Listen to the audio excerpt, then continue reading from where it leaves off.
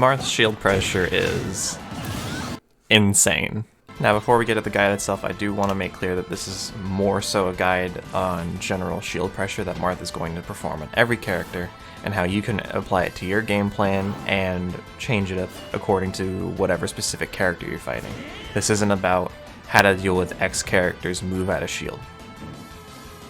Moving on, you'll mainly be using Fair, either hit of Nair, Bear, F-tilt, and down tilt to pressure your opponent on shield. You'll want to make sure you space these moves well so you can avoid quick out of shield moves and avoid getting grabbed. Spacing well on shield means you shouldn't have to buffer shield, which allows you to keep the pressure going if need be. Really close-up sour down tilt is somewhat of an exception, as it does allow you to low profile most rising aerials, however it'll still lose to up Bs and grabs. You'll mainly want to be spacing your grounded tools for shield, which means right in front of your opponent, just for that extra layer of safety. This is paramount for F-tilt, which is actually -13, meaning most aerials could hit you frame data wise, but your position will be too far for most of them to hit you. Aerials are a bit more lenient on how well you have to space them, generally for your opponent's fine. Marth's shield pressure at its most fundamental level is all about forcing options out of shield by using safe moves, and then hitting those options out of shield with a different move. This can be a much more lighter punish, like using an up tilt, or a much more heavier punish like using F smash. Marth's varying ranges on his moves actually work in his favor here. A spaced tipper down tilt on shield is going to be a spaced tipper F smash for the opponent.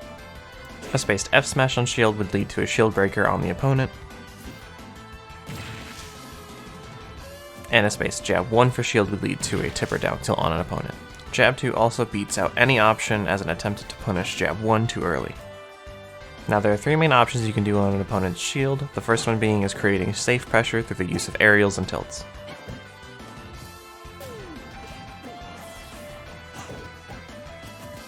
Second is going to be punishing offensive options out of shield.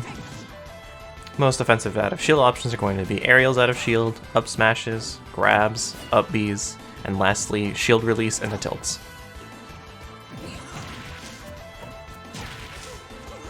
There's also punishing defensive options out of shield.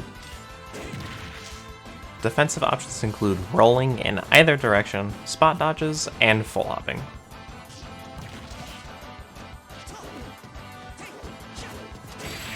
Lastly, for anyone who tries to hold shield against Marth for too long, there's always shield breaker.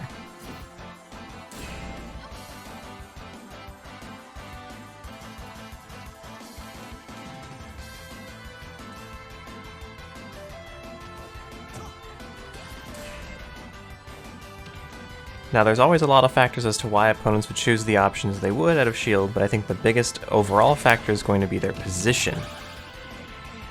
Opponents that are near the ledge are going to always try to either attack you the first opportunity they usually get, or they're trying to just get out of there as soon as possible, so they're either going to choose an immediate offensive option or an immediate defensive option. Someone shielding on the platform is going to choose similar options to them on the ledge, however they're usually always going to jump first regardless, as that's going to keep them safest from an opponent on the ground. One thing to note on shield pressure on platforms is you can usually get away with a lot more considering almost nothing's going to hit you, so don't be afraid to try out some jab blocks. Now at early percents, shield pressure on platforms can very easily lead into shield pressure in the corner, leading to a chain of ever-increasing advantage. Now mid-stage shield pressure is usually where opponents are going to want to keep the stage control they have, meaning most are going to try and find an opening to attack so they don't have to lose any stage control with something like a roll or short hop back, but if they can't find that immediate opening, it's very common to see a defensive option instead. And lastly, if your shield pressure is starting to get parried all the time, that means you're being way too predictive with how you're swinging. Parries under certain circumstances can even punish safely spaced moves on shield. This is mainly when you'll want to be going for tomahawks. Now, drifting and grabbing isn't always advisable as that gives away what you want to do, so doing a tomahawk attack is going to usually be more worth your time.